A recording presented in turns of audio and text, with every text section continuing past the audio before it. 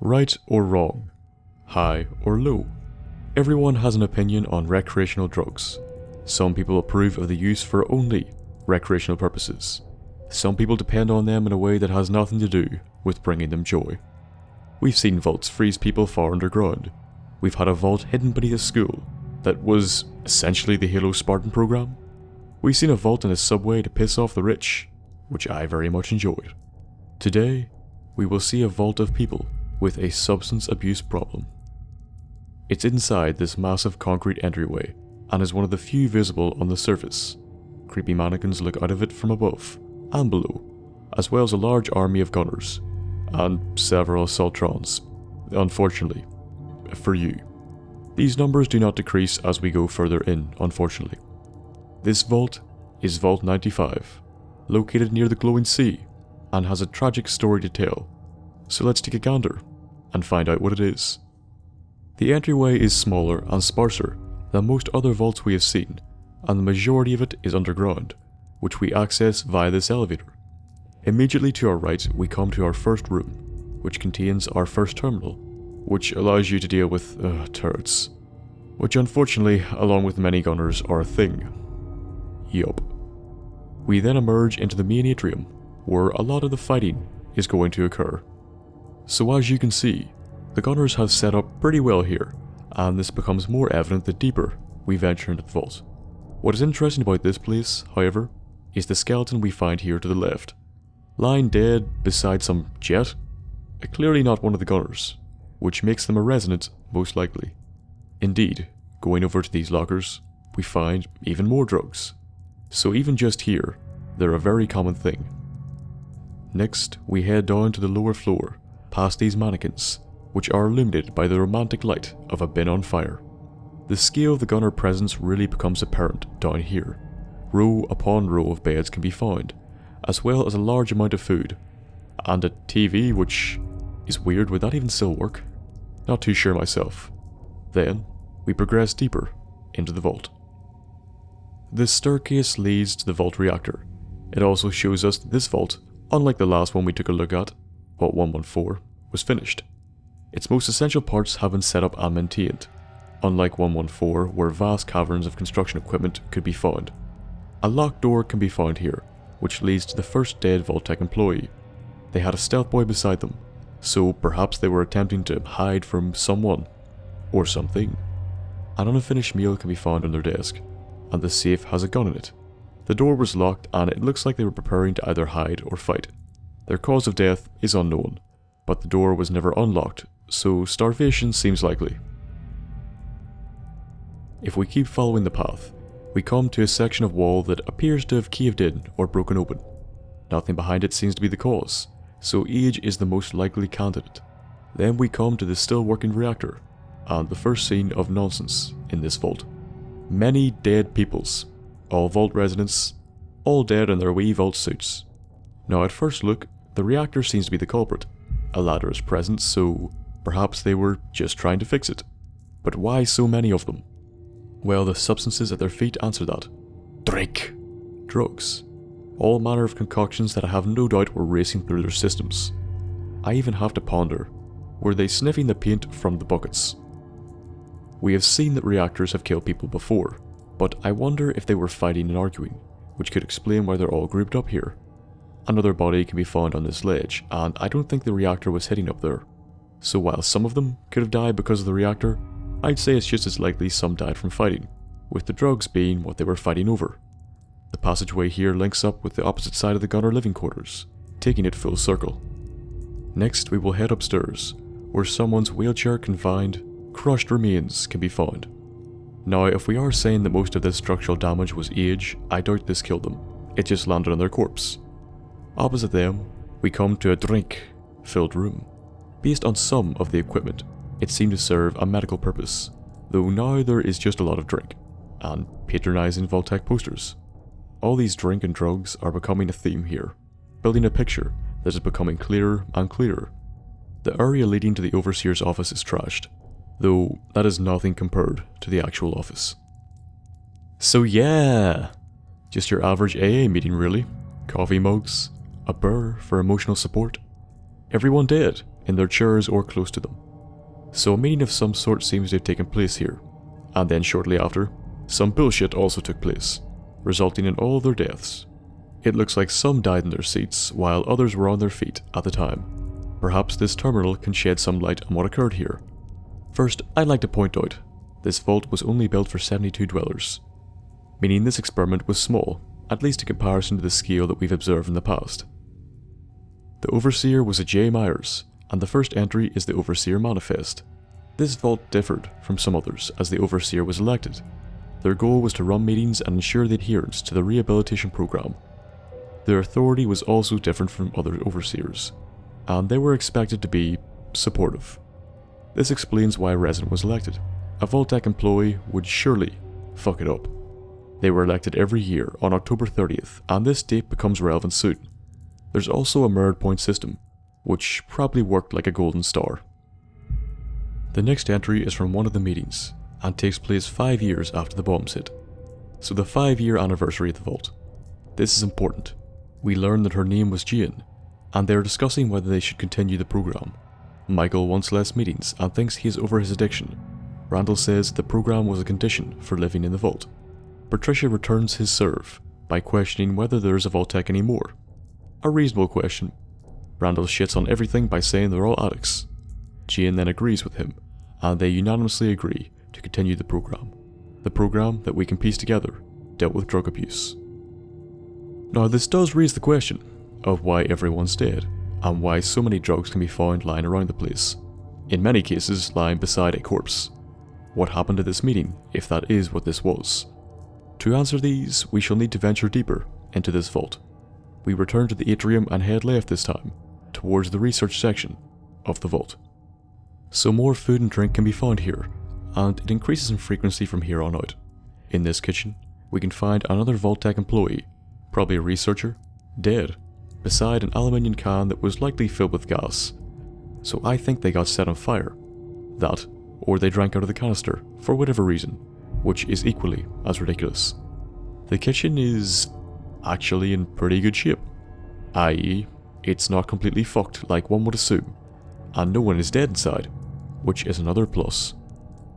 The wall opposite that corpse is torn open from the other side, and the room is destroyed. Keep in mind that this was the research section, so either Vault-Tec employees worked here, or more likely qualified residents. This is not the last time we shall see a wall like this, but fair play to whoever tore it down. Underneath the staircase outside this room, we find another corpse near a collapsed wall. Jet and beer seem to have been their choice of poison, and it seems to have killed them in the end. And now that we know this vault was for rehab, that makes it worse. There's also some money, so maybe some gambling was occurring as well. On the next floor, before going into that room, we proceed down this corridor here and come to this fine individual enjoying a nice brew, or at least they were. They're a pretty strong contrast to many of the other dead people we have seen here who were taking something. I mean, I'm not saying drinking tea can't kill you, just that whatever was in that kettle was probably not enough, unless they laced it with drugs, in which case it may very well have been enough to kill them. The room contains a lot of terminals, as well as several corpses. Most of them don't have any drugs surrounding them, so perhaps they were not part of the population that seemed to have gotten their hands on them, and then probably went batshit insane. That makes it likely that they were simple employees, or perhaps residents who were more dedicated to the program. Another hole is punched through the wall, this time leading to another room that looks cleaned out, which might be why they tried to break through the wall. If we follow the corridor around, we come to a medical room, possibly a sick bay of sorts. Interestingly enough, it's completely fine, more or less. I would have expected this place to be torn apart, but it seems to be relatively empty. This could be because any drugs that anybody wanted in here were already looted or removed, but in fact we do find some drugs still present here, or they may have found a better place to use. Tucked away at the back, in between a bed and a cabinet, is one person who did choose to use here. They were using Psycho, so perhaps they just wanted somewhere quiet to go apeshit. The room opposite this is the detox room. Based on the slideshows here, this is probably where they educated people who were struggling with drug use. Some poor sod is nursing a bottle of whiskey here, as if they can't live without it, and perhaps they couldn't. Another corpse is found in the corner.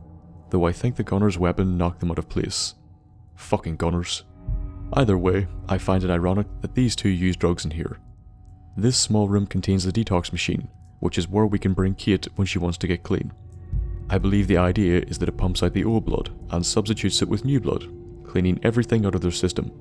Why this room was needed when it was built is unknown right now. There should have been no drugs in the vault for them to use. So why did they need this room? Well, we'll find out soon.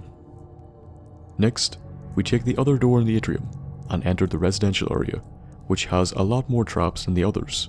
So this place is wrecked as well, and the room to the right sums up the whole place. A Jangles the Moon Monkey, who clearly was into that sort of thing.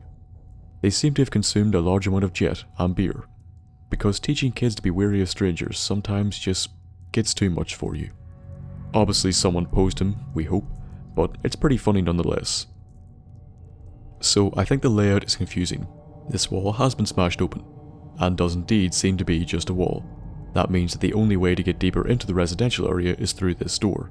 However, the next room also has what looks like a wall smashed in. Given that people were living here, either these were really weird kinds of doors or someone fucked up designing this place, because that means there was no way out of the residential area bar breaking through the walls. Or whoever Bethesda designed this part just fucked up a bit. This terminal gives us some more info on what occurred here. It belonged to one R. Gutierrez. I think that's how it's pronounced. The first entry was on their orders. Their job was to appear as any other resident and encourage adherence to the program. This means this was most likely the Randall we saw in the meeting logs. After 5 years, they were to open a hidden compartment of chems and then document what happened. This means he was the cause of the chems, and this was all part of the experiment. They are not fit to wear the proud name of Randall. The next section is the observation journal. It has one entry, which is dated on the 5-year anniversary of the vault, the same day the meeting occurred. This is the first and only entry. The program has been a success so far. If given no other option, people did recover from drug use. Randall snuck out and unlocked the secret compartment of the chems, and then they prepared to document everything and see what effect it had on people. So they opened it up, and that was the only entry, so I'm guessing it did not end well. Opposite that room, we find a few more, as well as more evidence the gunners were down here in this part. To the right, we can see that one of the doors has been barricaded up. There is one person in this room, dead, and it appears that they were eating dog food when it happened. Now that could have been because of drugs, or it could have been because they were starving. Begs the question, how did they die? Also, why did this vault have dog food? It seems unlikely it would have had a dog. The wall is smashed in, and this affords the only entryway to this room as the door is barricaded. Now clearly the gunners have been in here since, but the terminal does provide us with evidence that the resident here was the one who broke the wall, though they did make some attempt to remain. Now I'm going to say this now. The Big Guns Bobblehead is found here. I picked it up, so it's not here right now, but usually it's found on top of that radio. Just stressing that. Now, for the terminal. It belongs to someone new, J. Scott, and it's their 4 logs. Log 1 is one of the most accurate I have seen to date. Fuck Vault-Tec. They felt they had built up a family here, people they could trust and help and who did the same to them. They felt that the end of the world was in reality a new start, but something happened. Log 2 tells us what. The chems that Randall unlocked ruined it all. Many broke straight away, using again after 5 long years of sobriety. Jay barricaded the room and hid. There is shooting, so that may explain why some people are dead. Entry 3 details Jay's struggle. They didn't think the chems would still have control over them, but they do, and it's much harder to resist than they thought. Entry 4 is when they broke. They saw no reason to stay sober, so they broke out of the room and went to be with their family, to use once more. So after 5 years, everything went to shit on the first day the chems were out. Jay lasted for a while and then went to join everyone else. I don't think the person with the dog food is them, however. Also, I'm confused why they broke through the wall instead of just tearing down the barricade. Like at that point, they should have been sober. The room opposite them contains another casualty of the chems. This time, it was Psycho, and they died using it. I think the Cap's chessboard was probably the gunners, as it seems too level-headed to be something someone on Psycho would do. We can find some jet as well, so perhaps the presence of both in their system is what killed them. They too have money, so gambling may have occurred in this room as well. Back out in the main corridor, we come to the room with all the crack. Seems these two just drank a shit ton and died. I wonder if, based on the kettles, was the coffee they were drinking watched over by the spirit moose. There's some jet as well, so maybe they mixed it with high amounts of caffeine, and it killed them. Or they were murdered. A spoon's present as well, and there is cereal, but spoons are also how you take heroin. I'm unsure if any drugs in Fallout need to be taken this way, but it's possible. The mannequin may have killed them, which, as we all know, is a real possibility. Out in the hall, we find a cone that was definitely on someone's head at some point. We also find the remains of someone with a gun, and I think it was Randall. It was just beside the secret compartment of drugs. So maybe, after they opened it, things went crazy. They didn't expect it to be so bad and tried to, against their orders, intervene, and got killed in the process. The actual compartment with the drugs is quite small, so I'm actually unsure how it could have held so many drugs. The dead person here could be Jay, as they managed to stay in the compartment long enough that they died, and Jay waited before going out, so there's a larger chance that they avoided getting killed. Also, the plunger was involved in some way. It has to have been. The toilet is, quite tame, with just one naked dead person in the shower with drink and handcuffs, which is fine, as given the track record of this vault, at least they had a reason to be naked. The person in the next bathroom is not as graceful. They are dead in the toilet, surrounded by psycho, and it appears they hoarded a load of other drugs that I'm sure they intended to take, though they succumbed long before that. So this was Vault 95. It was sold as a means of redemption. Those admitted, roughly 72 people, were to take part in a drug rehabilitation program. Taking part was actually a requirement to stay in the vault. They had regular meetings, and the overseer was elected from among the residents. It's clear that there were some Vault-Tec staff, based on some of the offices we see. The coats and the research section. We can assume they were not addicts. On the 5th anniversary, we find a note from one of the meetings, where someone called Randall was encouraging everyone to stick to the program. They were not doing this because they believed in the program. They did it because it was their job. They were injected into the vault population to make sure everyone stuck to the program, and to see the success of the experiment. The first half was to test their hypothesis. If given no alternative, and access to drugs, could anyone become clean? Well, it was a success. Part 2 was not to occur for 5 years, after which they would unlock the secret compartment, and then document what happened. Well, they got as far as going to do it, and then they never made another entry, as shit went down. Everyone went insane, and given it had been half a decade for many, they probably used way too much, hence the amount of suspected ODs. I expect that was Randall's body, and he was killed either immediately or shortly after, possibly because he realised how wrong it all went. Some people like Jay most likely chose not to partake straight away, or at all, and instead hid or sought shelter from the violence. The violence claimed many lives, most likely including those in the reactor room, and maybe those in the meeting room, which makes it worse. They went to the meeting room and there were no drugs there. I think they went there to support each other and stay sober, and then the other drugged up residents showed up and killed them. The detox room was probably only a precaution, likely only for use after the 5-year mark, though it didn't make a difference in the end. I cannot understand the walls in the residential area. The smashed in areas are the only entrance in some cases, and I couldn't see any caved in parts that would provide alternative routes. But maybe I'm just being blind, and you did see them. All that aside, this is one of the worst vaults we've seen. Vault-Tec didn't just offer a new beginning. In this case, they actually followed through.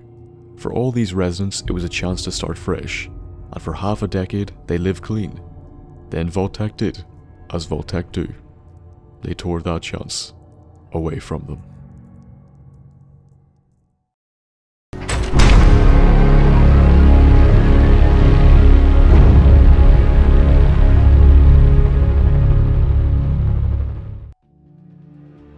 A vault of redemption that had an expiration date. I hoped you'd like this look at all of it.